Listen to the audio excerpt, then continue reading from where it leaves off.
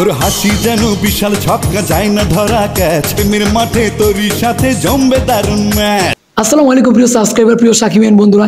Guys, আমরা কিন্তু জানি বরবাদ সিনেমায় একজন পুরনো জনপ্রিয় সিঙ্গার থাকছেন, যিনি কিনা শাকিব খানকে কণ্ঠ দিয়েছেন একটি রোমান্টিক গানে। গাইস, নাগরিক টিভি কিন্তু এখন ফাইনালি ক্লিয়ার করে দিয়েছেন। বৃহস্পতিবার বেশ রাত করেই গায়ক আসিফ আকবরকে ফোন করেন নায়ক শাকিব খান।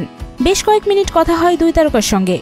রাত প্রায় 12টার দিকে আসিফ আকবরের সাথে কথা হয় শাকিব খানের। আসিফ আকবরের মুঠোফোনে শাকিব খান কুশল বিনিময় করার পর দুজন বিদেশ সফরের বিষয়ে স্মৃতিচারণ করেন।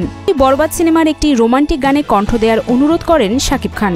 আসিফ আকবর খান সাহেবের প্রস্তাবে রাজি হন এবং গানটিতে কণ্ঠ দেবেন বলে কথা দেন।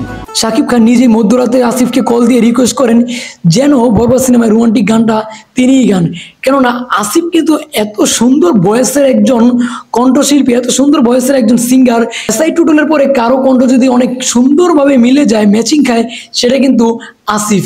আমরা কিন্তু জানি এসআই টুটুল এবং সিঙ্গার আসিফ দুজনেই কিন্তু একই সাথে শাকিব খানকে অনেক বেশি জনপ্রিয়তা গান দিয়েছিল, অনেক বেশি সুপারহিট গান দিয়েছিল।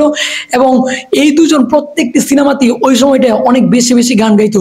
যেমন প্রিয়া আমার প্রিয়া সিনেমার ভিতর আসিফ আকবরের ফার্স্ট ইয়ার ড্যাম কেয়ার গানটা ছিল, একই সাথে এসআই টুটুলের গান ছিল নিঃশ্বাস আমার তুমি জানের দুনিয়া। গাইস, এই দুজন কিন্তু শাকিব খানকে অনেকটা জীবন কভার করে গেছেন। এবং এই দুজন সিঙ্গার শাকিব খানের লিপসে যখন গান জাস্ট অসাম, জাস্ট অসাম। যাই হোক গাইস, মধ্যরাতে শাকিব খান আসিফ আকবরকে কল দিয়েছেন, এই ব্যাপারটা শুনে আমার খুবই ভালো লাগছে। কারণ তাদের ভিতর যে একটা মায়া মমতার একটা বন্ধন, তাদের ভিতর যে একটা বন্ধুত্বের সম্পর্ক, সেটা কিন্তু আজও অটল রয়েছে। আপনাদের কেমন লাগছে এই বিষয়টা অবশ্যই কমেন্ট করে কমেন্ট বক্সে জানিয়ে যাবেন।